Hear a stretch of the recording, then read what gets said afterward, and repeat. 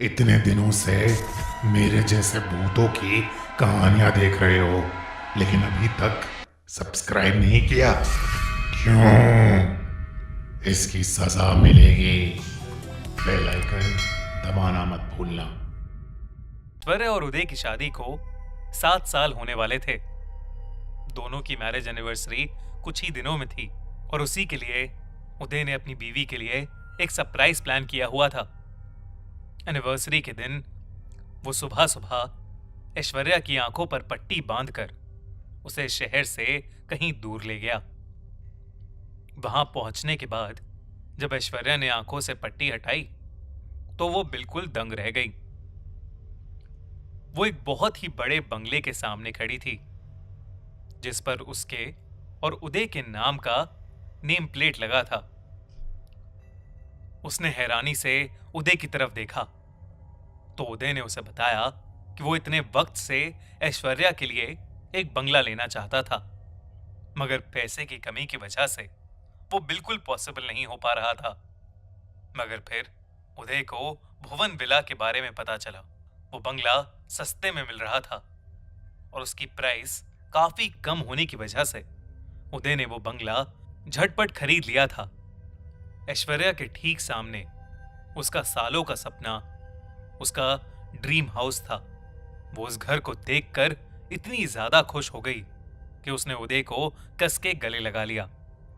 लेकिन उसे नहीं पता था कि यही भुवन विला, जिसे वो अपना सपनों का महल समझ रही है, वो उसकी जिंदगी उजाड़ने वाला था। उदय और ऐश्वर्या दोनों घर के अंदर चले गए। एक हफ्ते तक सब बहुत अच्छा रहा और दोनों बहुत खुशी से घर में रहते रहे। मगर उसके बाद उदय को एक बिजनेस कॉन्फ्रेंस के लिए इंडिया से बाहर जाना पड़ा और ऐश्वर्या अब घर में बिल्कुल अकेली हो गई थी। ऐश्वर्या को अपने घर की छत बहुत पसंद थी। वो दिन भर छत पर लगे झूले पर बैठे किताबें पढ़ती रहती थी। एक रात डिनर के बाद वो झूले पर बैठी रिलैक्स कर ही रही थी कि अचानक उसने देखा कि एक छोटा बच्चा छत के एक कोने से निकलकर सीढ़ियों की तरफ भागा। एक पल को ऐश्वर्या बहुत चौंक गई, मगर उसे लगा कि शायद ये उसके मन का वहम होगा। लेकिन फिर अचानक ही उसे झूला झूलते हुए पीछे से एक धक्का महसूस हुआ। उसे ऐसा लगा जैसे कोई अदृश्य शक्ति उसे उस झूले से गिराने की कोशिश कर रही है।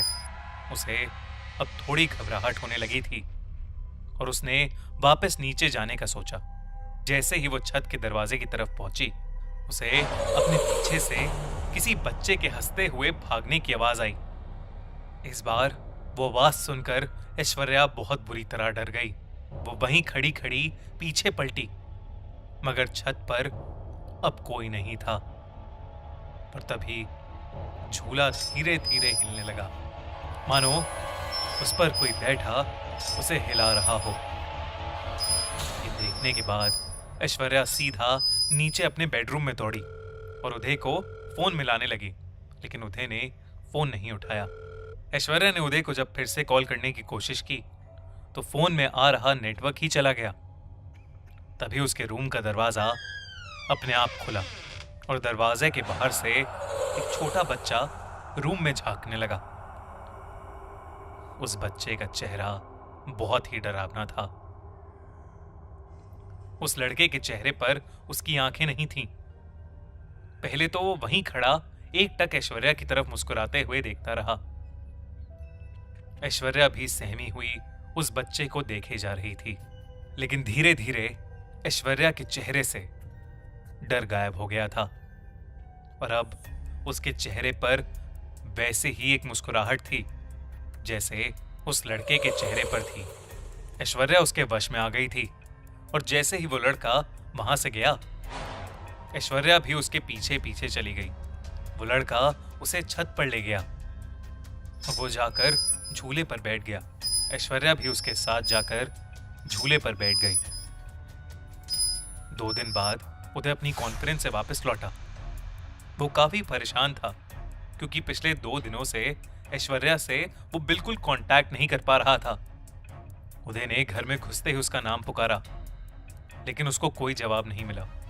वो पूरे घर में ऐश्वर्या को ढूंढने लगा, लेकिन वो कहीं नहीं थी। फिर जब वो ऐश्वर्या को ढूंढता हुआ छत पर आया तो उदय के पैरों तले जमीन खिसक गई।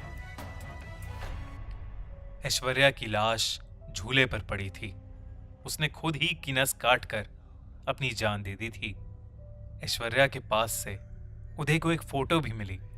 उस फोटो में वही छोटा बच्चा था जो अपने पेरेंट्स के साथ खड़ा था। जब बाद में उदय ने वो तस्वीर उस आदमी को दिखाई जिससे उसने भुवन विला घर खरीदा था, तो उसने उदय को बताया कि वो बच्चा जिसका नाम भुवन था और एक वक्त पर भुवन ही उस घर का मालिक हुआ करता था, लेकिन भुवन की लालची मां ने उस घर को अपने नाम करने के लिए अपने ही बच्चे को छत से धक्का देकर मार दिया था।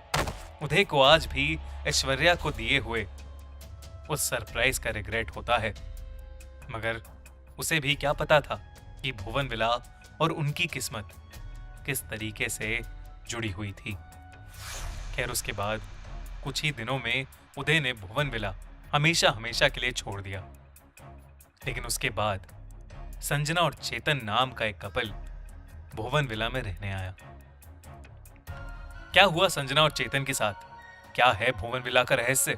क्या चाहता है उस छोटे लड़के का भूत? जानने के लिए सुनिए